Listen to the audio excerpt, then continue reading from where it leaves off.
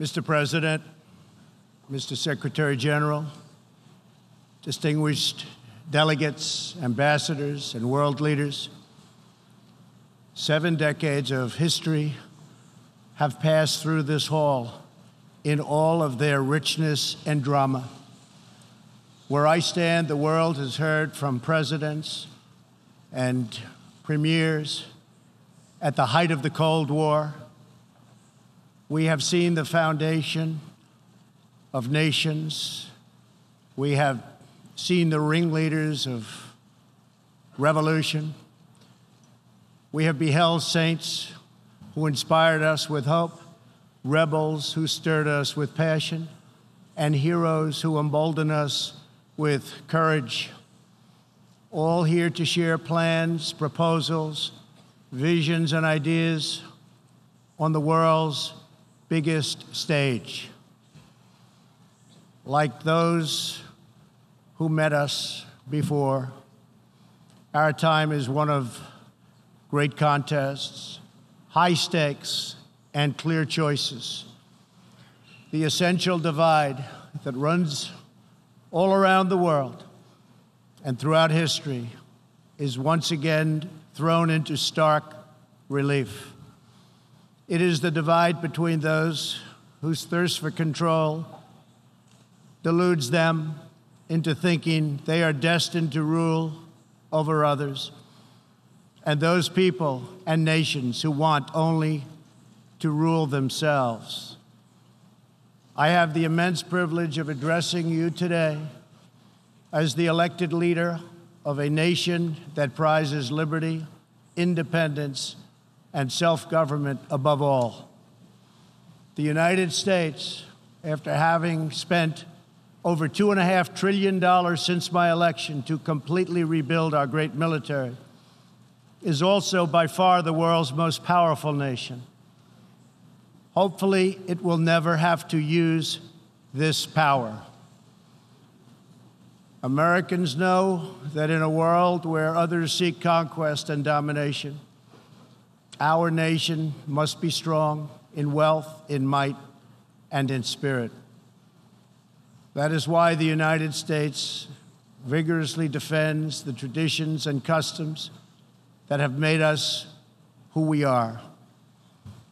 Like my beloved country, each nation represented in this hall has a cherished history, culture, and heritage that is worth defending and celebrating, and which gives us our singular potential and strength.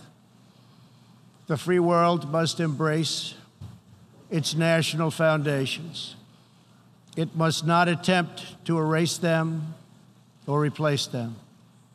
Looking around and all over this large, magnificent planet, the truth is plain to see.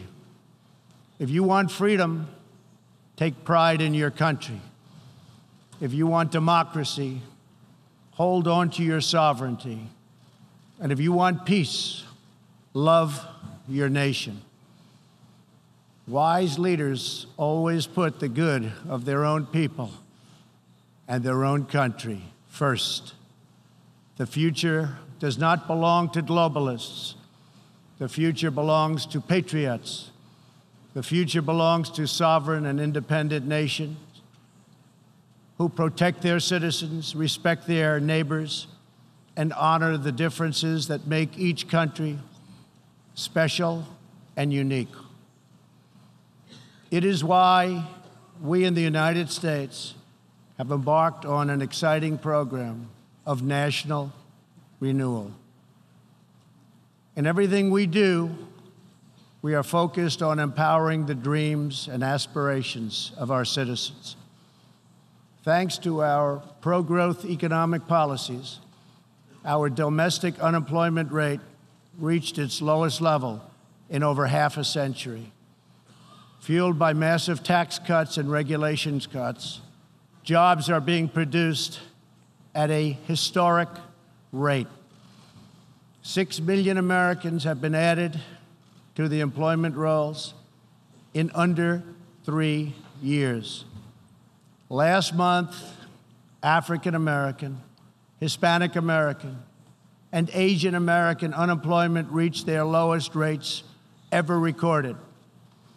We are marshaling our nation's vast energy abundance, and the United States is now the #1 producer of oil and natural gas anywhere in the world. Wages are rising, incomes are soaring, and 2.5 million Americans have been lifted out of poverty in less than 3 years. As we rebuild the unrivaled might of the American military, we are also revitalizing our alliances by making it very clear that all of our partners are expected to pay their fair share of the tremendous defense burden which the United States has borne in the past. At the center of our vision for national renewal is an ambitious campaign to reform international trade. For decades, the international trading system has been easily exploited by nations acting in very bad faith. As jobs were outsourced, a small handful grew wealthy at the expense of the middle class. In America, the result was 4.2 million lost manufacturing jobs and $15 trillion in trade deficits over the last quarter century. The United States is now taking that decisive action to end this grave economic injustice. Our goal is simple. We want balanced trade that is both fair and reciprocal. We have worked closely with our partners in Mexico and Canada to replace NAFTA with the brand new and hopefully bipartisan U.S.-Mexico-Canada agreement. Tomorrow, I will join Prime Minister Abe of Japan to continue our progress in finalizing a terrific new trade deal. As the United Kingdom makes preparations to exit the European Union, I have made clear that we stand ready to complete an exceptional new trade agreement with the UK that will bring tremendous benefits to both of our countries. We are working closely with Prime Minister Boris Johnson on a magnificent new trade deal. The most important difference in America's new approach on trade concerns our relationship with China. In 2001, China was admitted to the World Trade Organization. Our leaders then argued that this decision would compel China to liberalize its economy and strengthen protections to provide things that were unacceptable to us, and for private property, and for the rule of law. 2 decades later, this theory has been tested and proven completely wrong. Not only has China declined to adopt promised reforms, it has embraced an economic model dependent on massive market barriers, heavy state subsidies, currency manipulation, product dumping, forced technology transfers, and the theft of intellectual property, and also trade secrets on a grand scale. As just one example, I recently met the CEO of a terrific American company, Micron Technology, at the White House. Micron produces memory chips used in countless electronics. To advance the Chinese government's 5-year economic plan, a company owned by the Chinese state allegedly stole Micron's designs, valued at up to $8.7 billion. Soon, the Chinese company obtains patents for nearly an identical product, and Micron was banned from selling its own goods in China. But we are seeking justice. The United States lost 60,000 factories after China entered the WTO. This is happening to other countries all over the globe, the World Trade Organization needs drastic change. The second largest economy in the world should not be permitted to declare itself a developing country in order to game the system at others' expense. For years, these abuses were tolerated, ignored, or even encouraged. Globalism exerted a religious pull over past leaders, causing them to ignore their own national interests. But as far as America is concerned, those days are over. To confront these unfair practices, I placed massive tariffs on more than $500 billion worth of Chinese-made goods. Already, as a result of these tariffs, supply chains are relocating back to America and to other nations, and billions of dollars are being paid to our Treasury. The American people are absolutely committed to restoring balance to our relationship with China. Hopefully, we can reach an agreement that will be beneficial for both countries. But as I have made very clear, I will not accept a bad deal for the American people.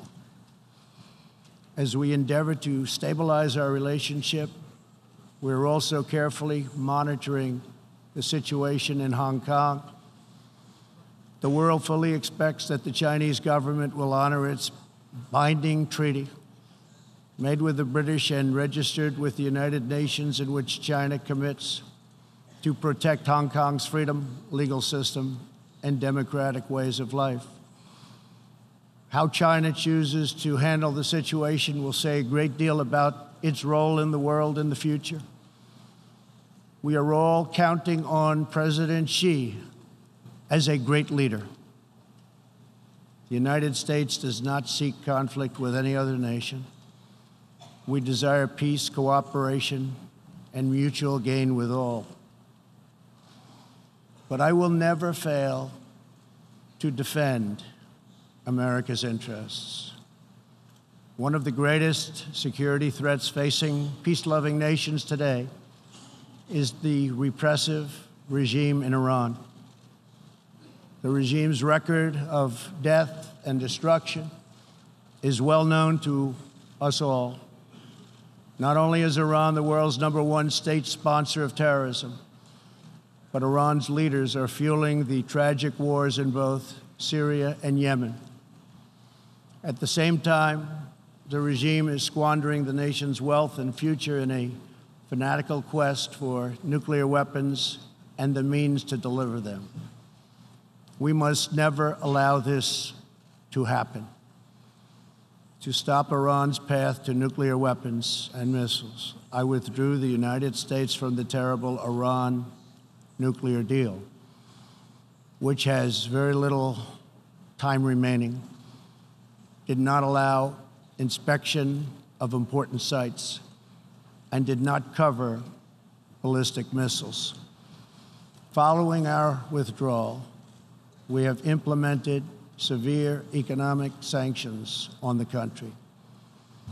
Hoping to free itself from sanctions, the regime has escalated its violent and unprovoked aggression. In response to Iran's recent attack on Saudi Arabian oil facilities, we just imposed the highest level of sanctions on Iran's central bank and sovereign wealth fund. All nations have a duty to act. No responsible government should subsidize Iran's bloodlust. As long as Iran's menacing behavior continues, sanctions will not be lifted. They will be tightened. Iran's leaders will have turned a proud nation into just another cautionary tale of what happens when a ruling class abandons its people and embarks on a crusade for personal power and riches. For 40 years, the world has listened to Iran's rulers as they lash out at everyone else for the problems they alone have created. They conduct ritual chants of death to America and traffic in monstrous anti-Semitism. Last year, the country's supreme leader stated Israel is a malignant, cancerous tumor that has to be removed and eradicated. It is possible, and it will happen. America will never tolerate such anti-Semitic hate. Fanatics have long used hatred of Israel to distract from their own failures.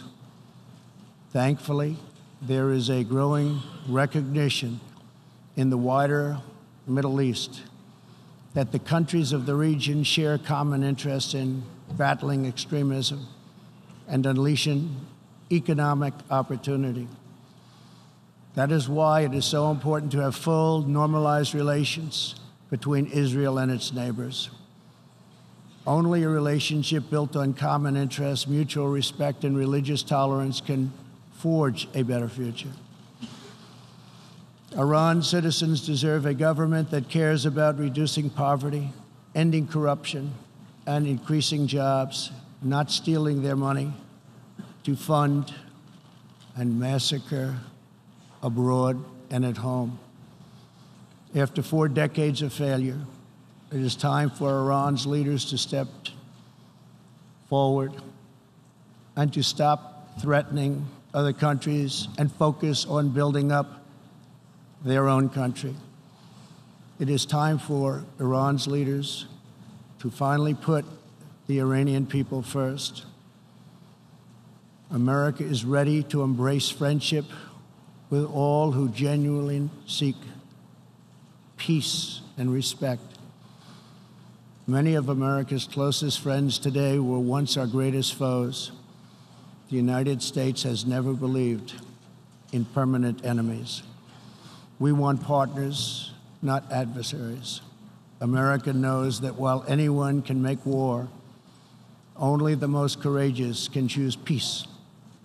For this same reason, we have pursued bold diplomacy on the Korean Peninsula. I have told Kim Jong-un what I truly believe, that like Iran, his country is full of tremendous untapped potential, but that to realize that promise, North Korea must denuclearize. Around the world, our message is clear. America's goal is lasting. America's goal is harmony. And America's goal is not to go with these endless wars, wars that never end. With that goal in mind, my administration is also pursuing the hope of a brighter future in Afghanistan. Unfortunately, the Taliban has chosen to continue their savage attacks. We will continue to work with our coalition of Afghan partners to stamp out terrorism, and we will never stop working to make peace a reality.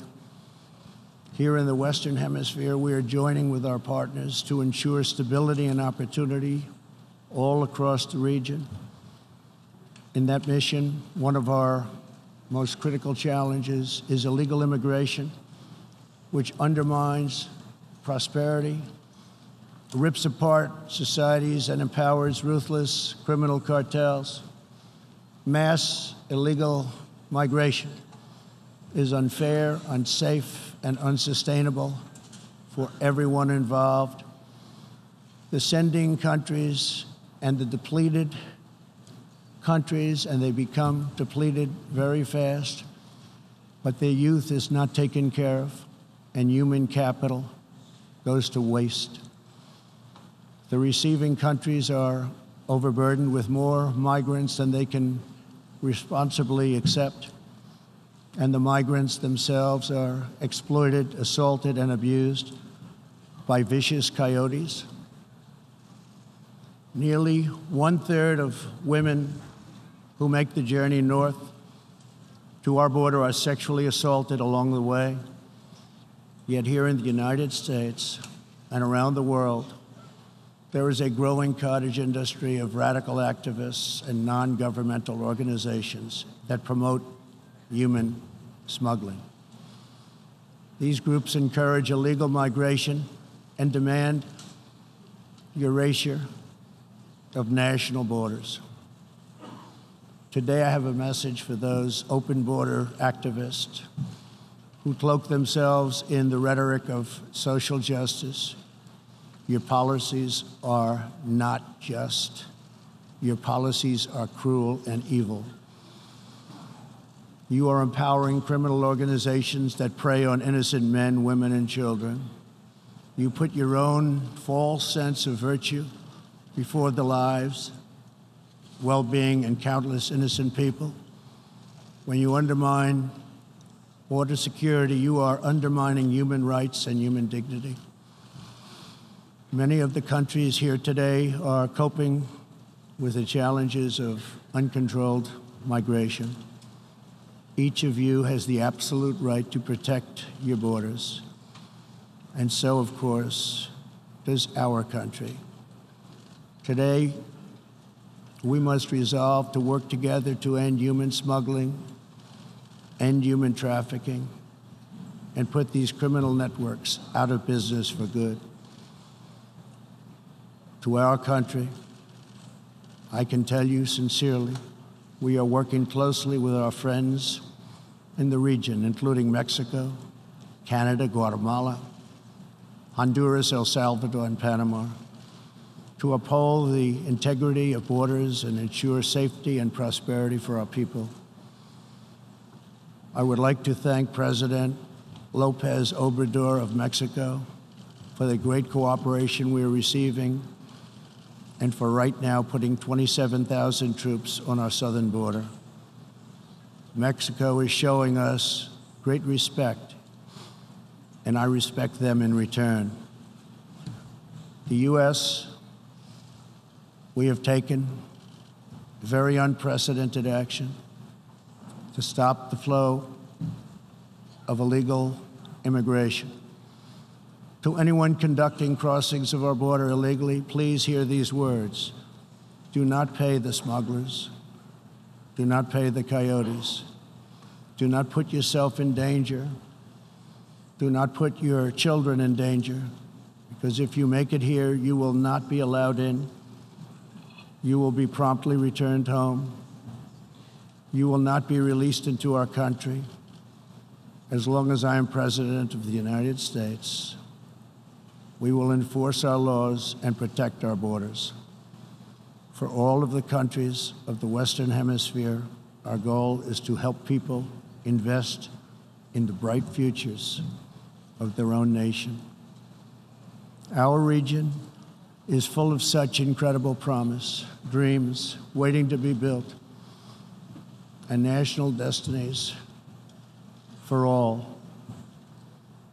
And they are waiting also to be pursued. Throughout the hemisphere, there are millions of hardworking, patriotic young people eager to build, innovate, and achieve. But these nations cannot reach their potential if a generation of youth abandon their homes in search of a life elsewhere. We want every nation in our region to flourish and its people to thrive in freedom and peace. In that mission, we are also committed to supporting those people in the Western Hemisphere who live under brutal oppression, such as those in Cuba, Nicaragua, and Venezuela. According to a recent report from the UN Human Rights Council, women in Venezuela stand in line for 10 hours a day waiting for food.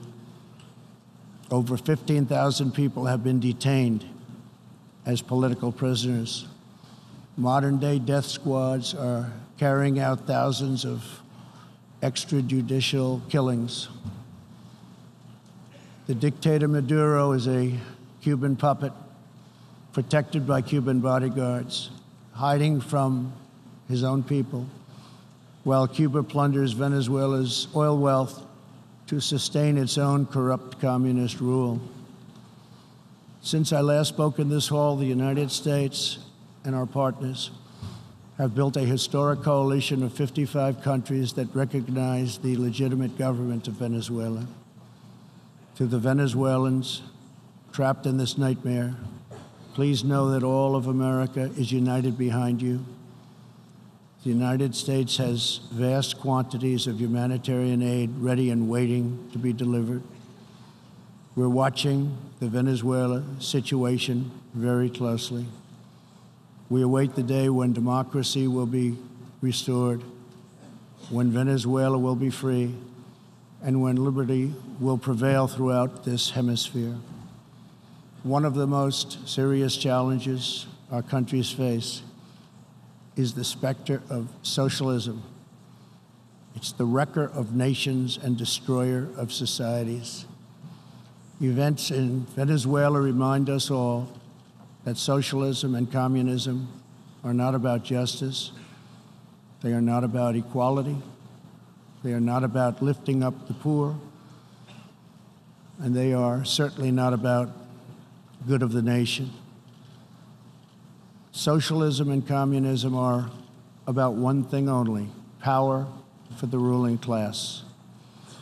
Today I repeat a message for the world that I have delivered at home. America will never be a socialist country.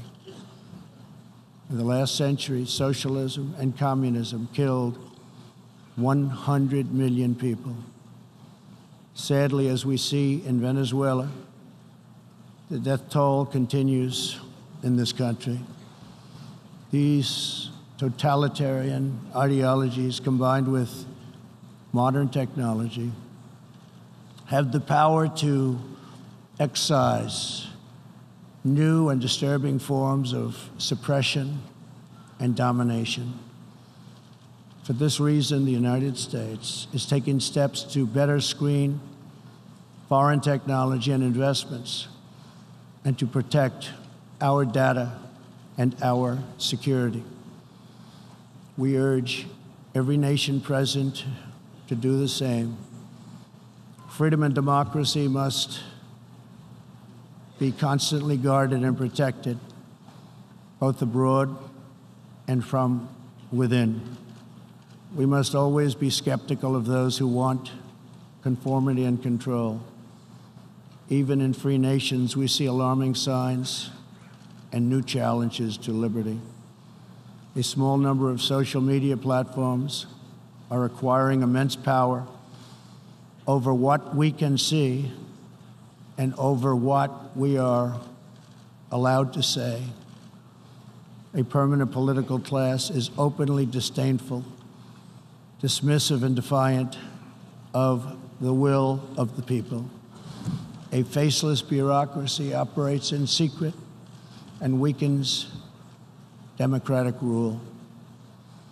Media and academic institutions push flat-out assaults on our histories, traditions, and values. In the United States, my administration has made clear to social media companies that we will uphold the right of free speech. A free society cannot allow social media giants to silence the voices of the people, and a free people must never, ever be enlisted in the cause of silencing, coercing, canceling, or blacklisting their own neighbors. As we defend American values, we affirm the right of all people to live in dignity. For this reason, my administration is working with other nations to stop criminalizing of homosexuality, and we stand in solidarity with LGBTQ people who live in countries that punish, jail, or execute individuals based upon sexual orientation. We are also championing the role of women in our societies. Nations that empower women are much wealthier, safer, and much more politically stable.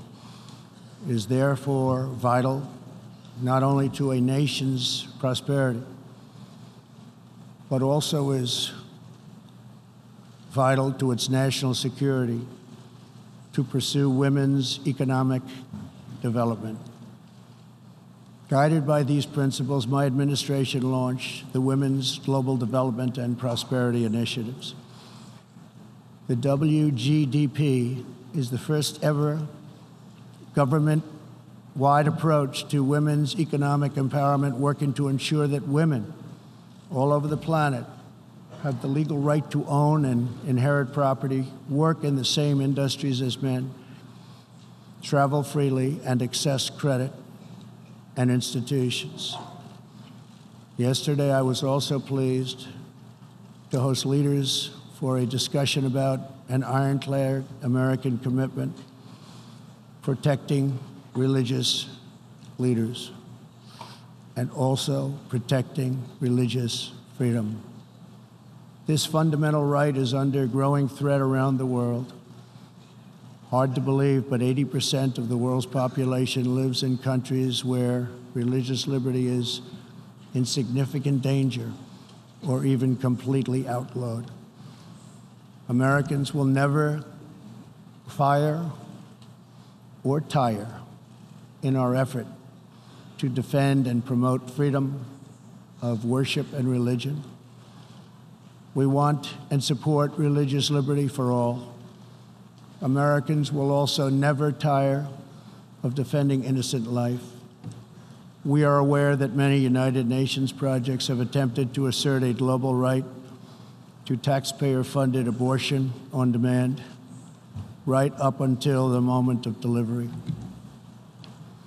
Global bureaucrats have absolutely no business attacking the sovereignty of nations that wish to protect innocent life. Like many nations here today, we in America believe that every child, born and unborn, is a sacred gift from God. There is no circumstance under which the United States will allow international entries to trample on the rights of our citizens, including the right to self-defense. That is why this year I announced that we will never ratify the UN Arms Trade Treaty, which would threaten the liberties of law-abiding American citizens. The United States will always uphold our constitutional right to keep and bear arms. We will always uphold our Second Amendment. The core rights and values America defends today were inscribed in America's founding documents. Our nation's founders understood that there will always be those who believe they are entitled to wield power and control over others. Tyranny advances under many names and many theories, but it always comes down to the desire for domination. It protects not the interests of many, but the privilege of few. Our founders gave us a system designed to restrain this dangerous impulse. They chose to entrust American power to those most invested in the fate of our nation, a proud and fiercely independent people. The true good of a nation can only be pursued by those who love it, by citizens who are rooted in its history, who are nourished by its culture, committed to its values, attached to its people, and who know that its future is theirs to build or theirs to lose. Patriots see a nation and its destiny in ways no one else can.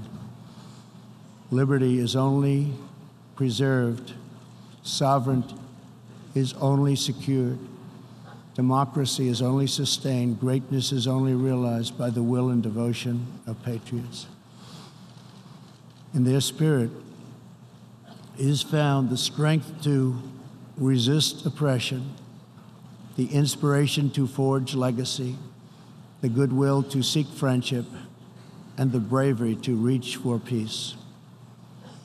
Love of our nations makes the world better for all nations. So to all the leaders here today, join us in the most fulfilling mission a person could have, the most profound contribution anyone can make. Lift up your nations, cherish your culture, honor your histories, treasure your citizens, make your country strong and prosperous and righteous, honor the dignity of your people, and nothing will be outside of your reach.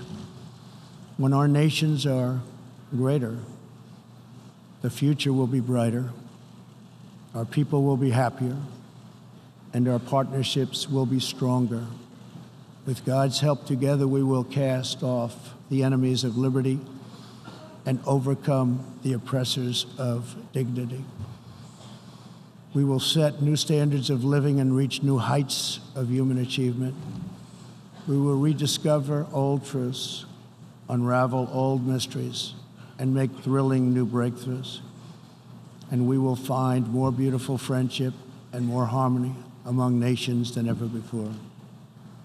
My fellow leaders, the path to peace and progress and freedom and justice and a better world for all humanity begins at home. Thank you. God bless you. God bless the nations of the world. And God bless America. Thank you very much.